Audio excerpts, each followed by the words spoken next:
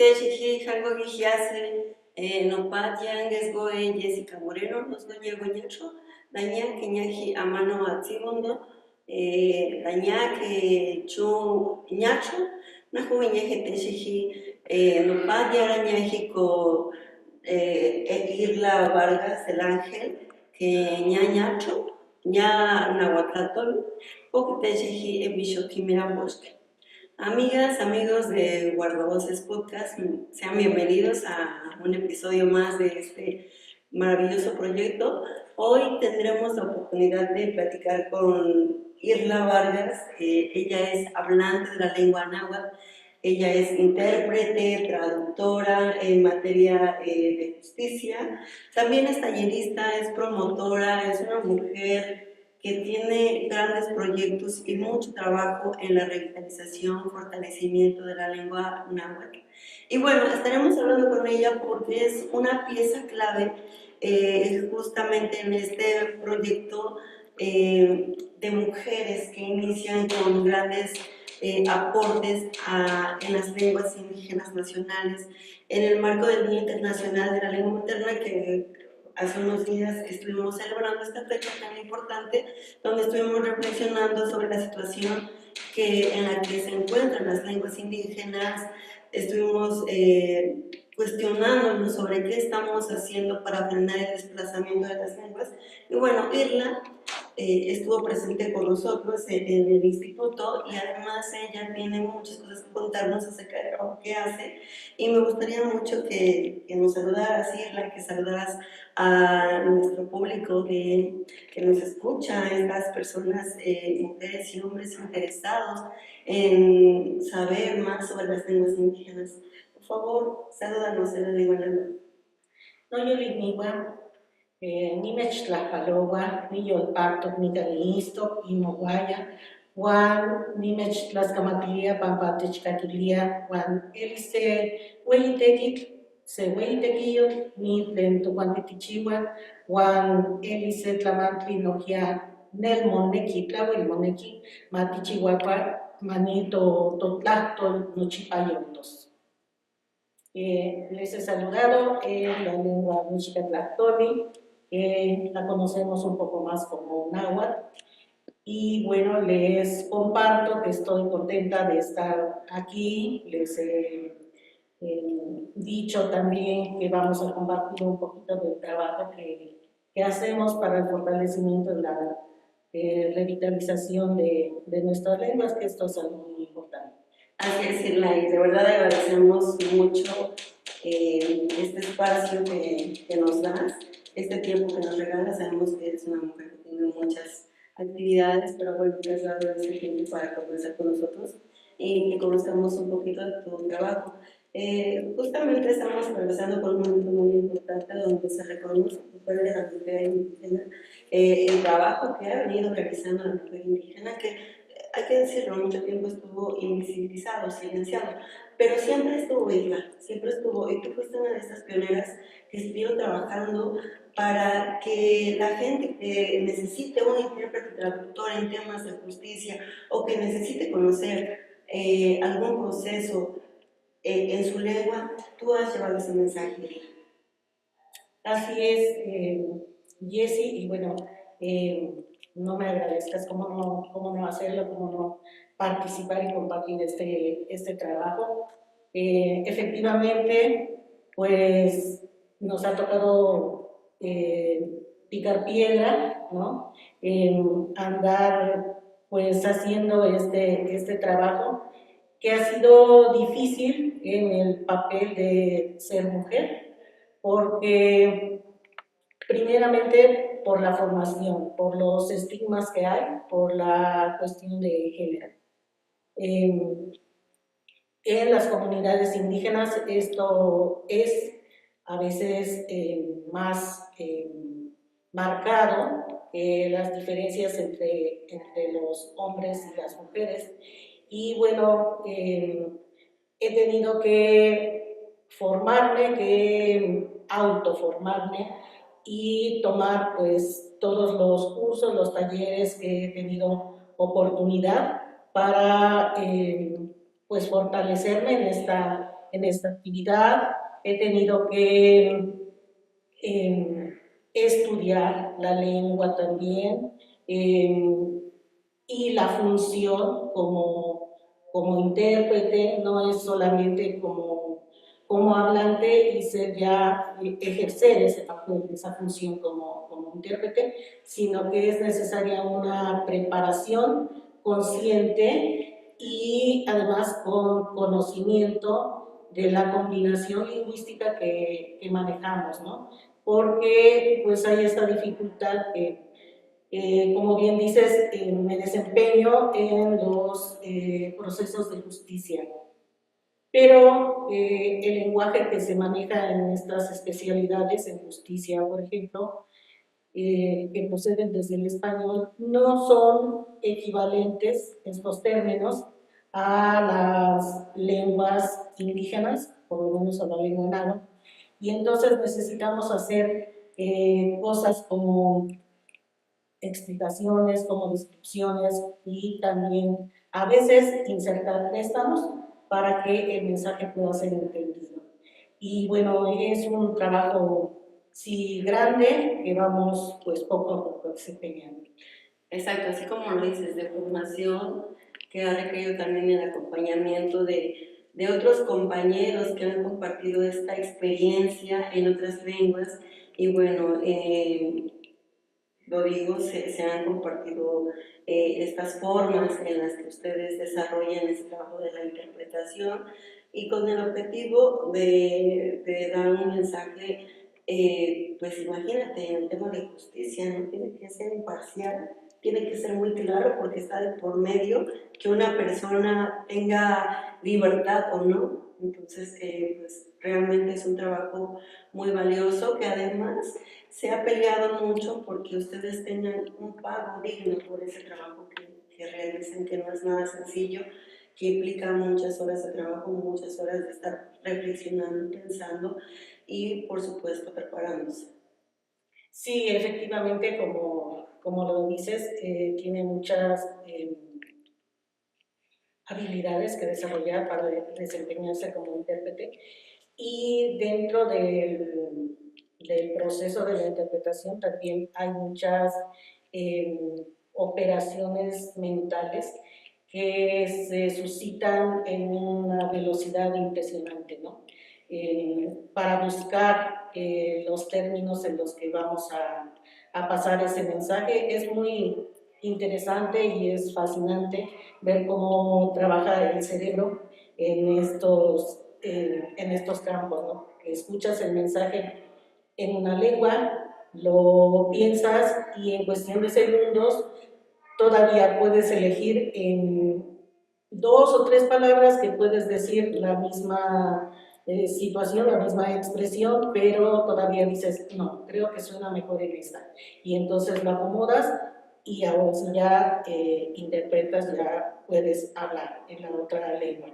Entonces, es interesante este proceso y también, pues claro, lo que mencionas acerca del pago.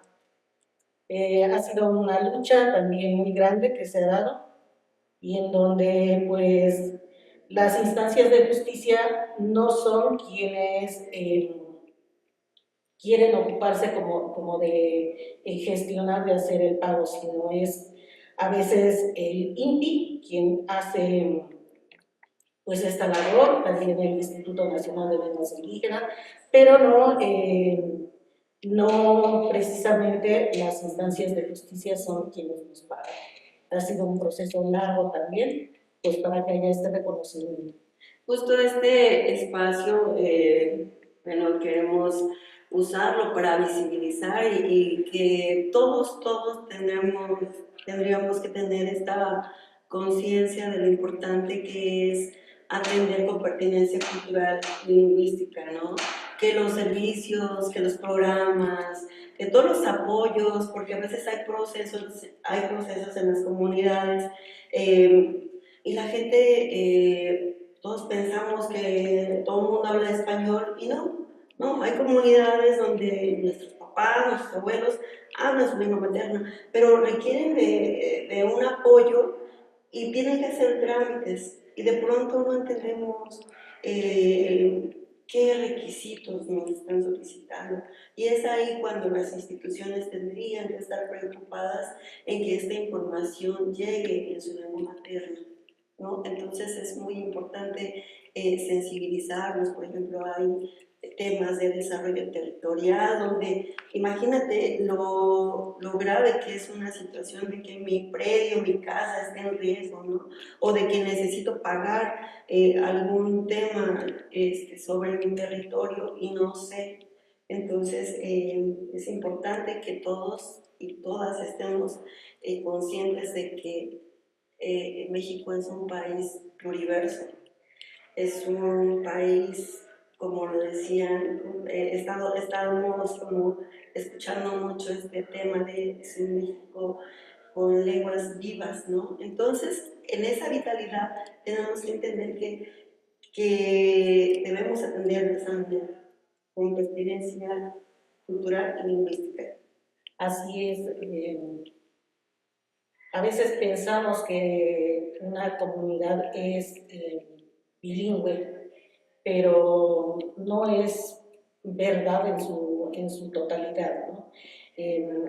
A veces sí se habla español, las personas mayores tienen cierto, digamos, dominio del español, pero también hay personas que tienen un español con precariedades, en donde no se entienden como todas estas terminologías de las que te he hablado anteriormente, para trasladar terminologías de justicia, terminologías de salud, incluso como partes del cuerpo, ¿no? Que han perdido como sus nombres, quizá por vergüenza, quizá por influencia del español,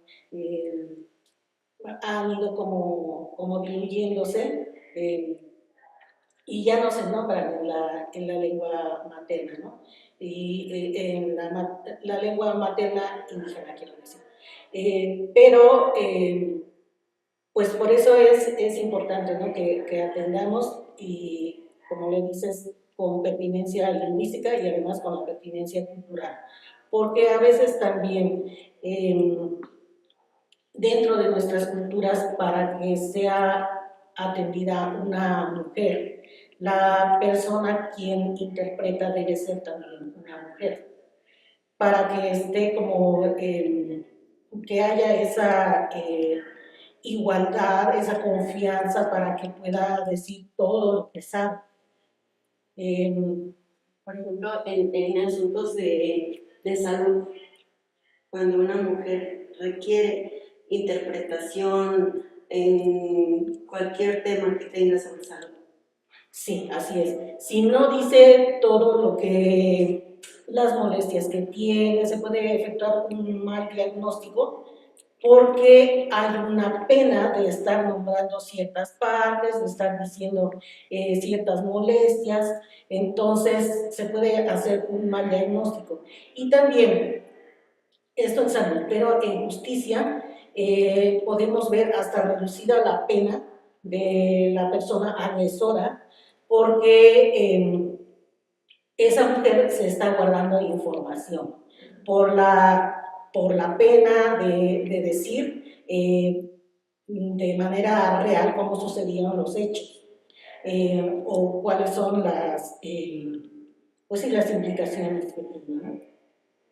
Sí, bueno, pues justo estoy muy contenta y muy agradecida de estar aquí platicando con Isla, porque les decía, es una mujer que ha picado piedra, que ha tocado puertas y tiene trabajo de todo tipo, que se puedan imaginar con las lenguas indígenas, ¿no?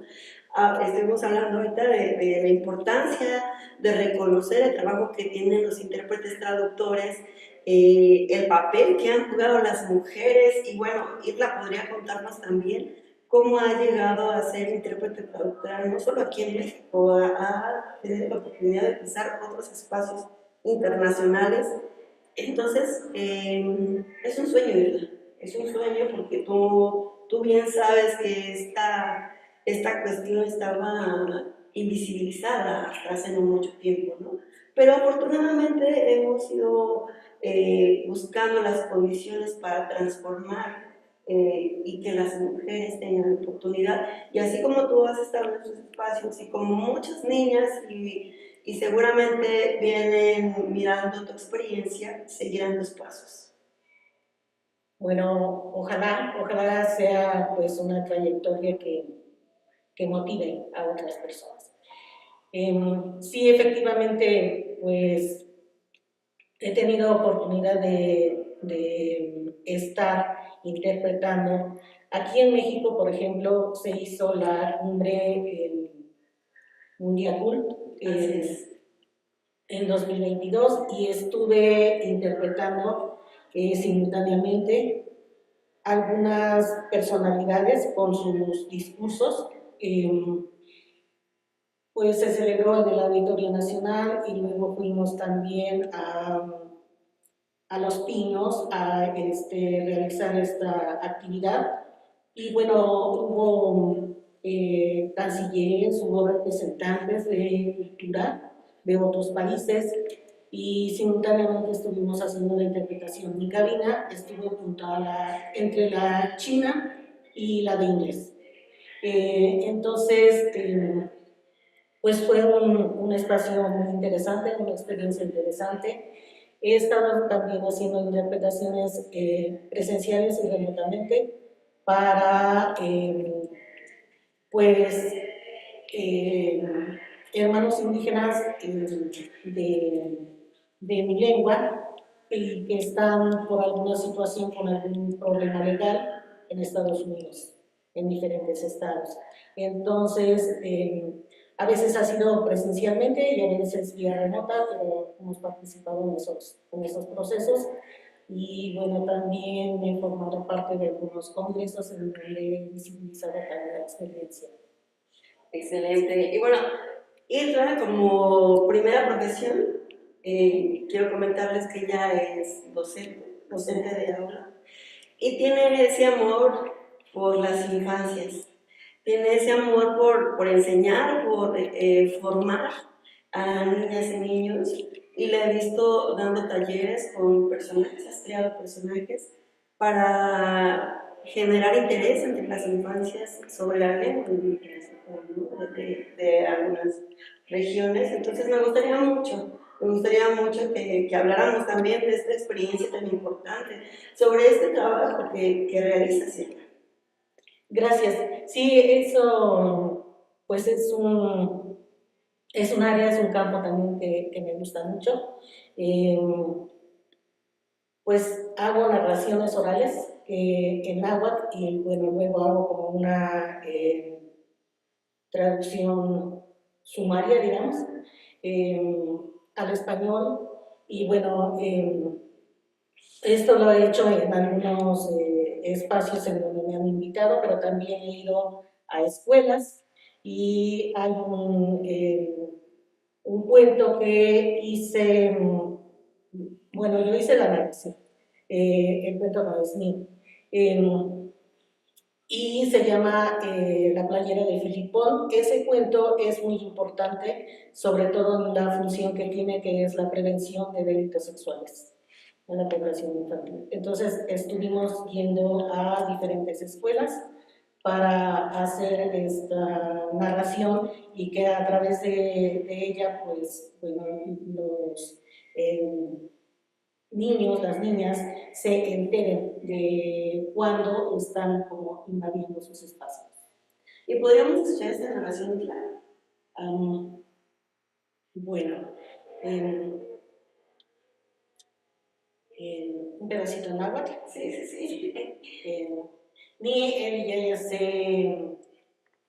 se piloquishpil y toca filipón, Juan Kipia se y tlaquemil, Juan y tlaquemil y ni tatawa, que macaque que ma kikashiti se shiwit, Juan teipa, que ma ya ashkuali no machilia, ya que ma y yo lo mo poco guayaya. huasca ni tlaquemit, mo huicuiltiyaya, mo chihuayaya fiereutic huaca.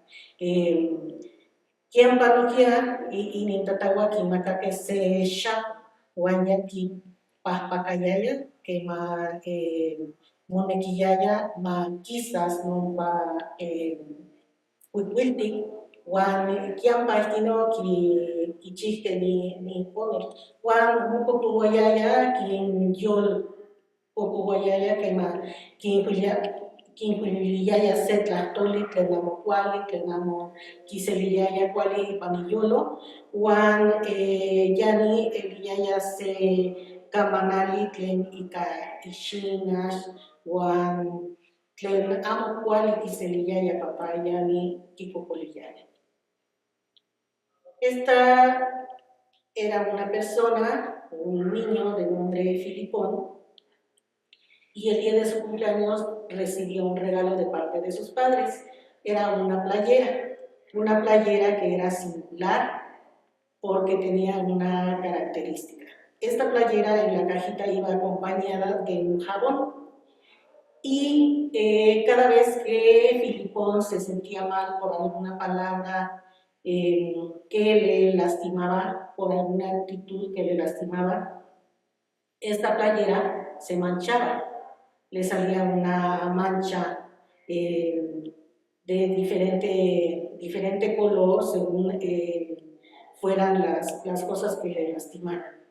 Y entonces a veces eran palabras relativas a situaciones sexuales, a veces eran actitudes como que él sentía que lo tocaban y que era pues un tocamiento, una parte que nadie más debía tocar, que sus padres le habían inculcado, le habían dicho que eran sus partes íntimas y que solamente él podría tocarse mientras estaba bañándose, que nadie más podía tocar o ver estas partes.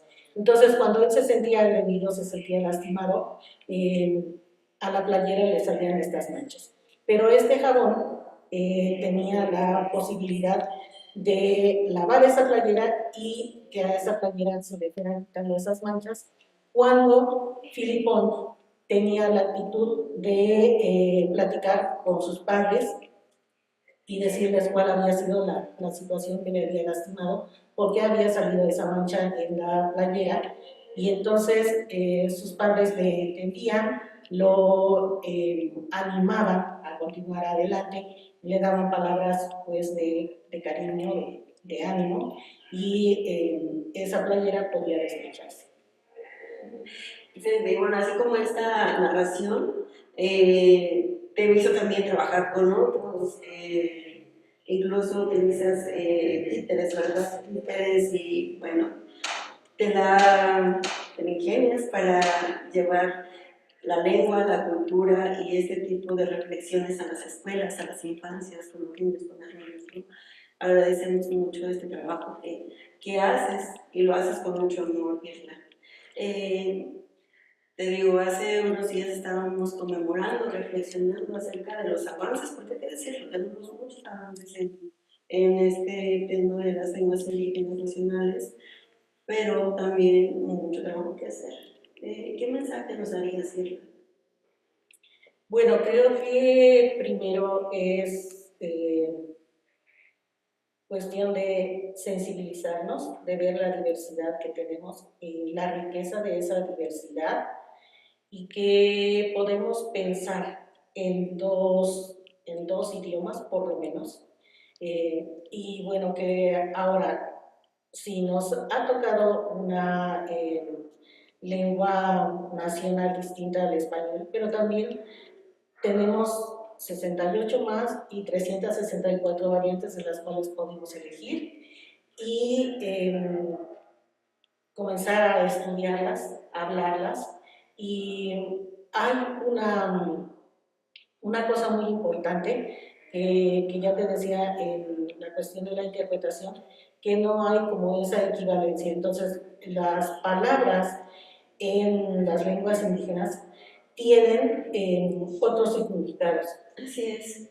Unos significados a veces muy profundos que solamente cuando nos damos a la tarea de glosar las palabras nos damos cuenta qué significan, ¿no? Y entonces eso es interesante, es importante que lo hagamos, es la reflexión sobre nuestra propia lengua y ser conscientes de que eso es una riqueza y de que nos da oportunidades. Nos da muchas oportunidades de trabajar en otras situaciones. Cuando yo era pequeña, por ejemplo, nunca me imaginé que iba a trabajar con mi lengua indígena, porque cuando estábamos dentro de la escuela, nunca me pegaron como para que no la hablara, eso no sí, ¿no? Pero había un acuerdo tácito entre las personas que estábamos en la primaria, y dentro de la escuela no jugábamos, no hablábamos en náhuatl, todo era en español, y la clase era en español. Entonces, yo nunca tuve esa conciencia de que era importante conservarlas. Era nada más como, pues bueno, lo sé hablar, lo hablo, jugamos, pero en la casa o en la comunidad, pero no en la escuela, ¿no? Entonces creo que tener esta conciencia de que es también una riqueza y una lengua que puedo hablar en todas partes, no nada más en el interior de mi casa o nada más en la comunidad, ¿no? En cualquier espacio público o privado, y que la puedo escribir y que la puedo leer, que la puedo hablar, que la puedo pensar, que la puedo analizar, y todo eso es posible como en cualquier otra. Sí, y recordar siempre que en México no tenemos una lengua oficial. Las lenguas indígenas nacionales tienen el mismo valor que el español, y efectivamente podemos hablarla, podemos usarla en todos los espacios públicos, por supuesto fomentarla al interior de nuestros hogares. Es muy importante hacer ese trabajo con las niñas, con los niños, porque desafortunadamente ya no nos tocó como a ti, Irla, que seguramente aprendiste la lengua de tus padres. No sé si fue tu primera lengua, seguramente sí. Para muchos no, y justo esta historia que tú cuentas, nos toca que los papás se comunicaban en la lengua y a nosotros nos tocaba únicamente escucharla, ¿no? Que bueno, ya con el paso de los años reconoces y te reconoces como indígena, reconoces tus raíces, reconoces tu identidad y dices, no, hay que hacer algo por revertir esta situación. Ahora, ¿qué mensaje le das a las niñas, a los niños que tienen abuelos, abuelas que aún hablan su lengua, que desafortunadamente sus papás ya no hablan lengua por esta situación, pero sus abuelos sí, sus abuelitas sí, o gente de su comunidad la habla? ¿Qué mensaje le das? Sí, pues efectivamente mi historia tiene que ver con ese vínculo con mi abuela, y pues creo que es importante la convivencia con los abuelos, con las personas mayores, porque son ellos quienes tienen como las palabras más antiguas,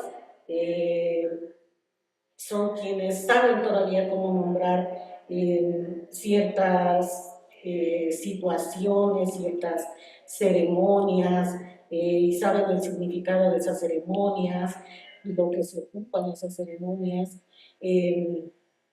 Saben también pues los nombres, no sé, como de las plantas, de las curaciones, de lo que se ocupa en determinadas partes de las plantas, que se hace, por ejemplo, cuando hay un eclipse, cuando hay una llena, cuando vamos a sembrar, cuando está lloviendo mucho, cuando no ha llovido, ¿no?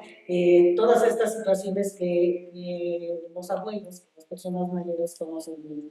Y bueno, como bien dices, hay una generación de padres en donde a lo mejor se ha desvanecido la lengua, pero pues es necesario fortalecer el vínculo con los abuelos y creo que la mayor convivencia con los abuelos, pues las infancias, los niños, las niñas que tengan abuelitos, pues que convivan con ellos, que los acompañen en todas partes y que sean preguntones. Así es. Y bueno, seguiremos utilizando este espacio para atender a invitados como Irla, que son personas conocedoras, pero además que han trabajado arduamente en favor de la lengua y la cultura. Muchas gracias, Irla, por estar en Guardavoces. Gracias por compartirnos tu experiencia, tu trabajo, tu sentir y esta gran pasión y el amor que tienes por la diversidad lingüística y cultural de nuestro país. Por favor, nos gustaría mucho que te despidas en la lengua de Guatemala. Al contrario, muchas gracias por la invitación. Es un gusto estar aquí en Guardavoces. No yo liniwa, si kakikani tlamantli tlen nikihtowa eliseweyi tlamantli, amo san pampana nikihtowa, eliseweyi tlamantli pampa hinomo wehkawas, wan kawas nika ipan totlaltipak ni totlahtol, ni tonahuatlahtol, wan nochi más en totlahtol tlen topankamawia ipan inexikotlaki. Otro que te yo diere, yo gianra, Guardavoces Podcast. Nos vemos la siguiente semana. Porque te emisho kimira huesca. ¿Cuál es esto, cara?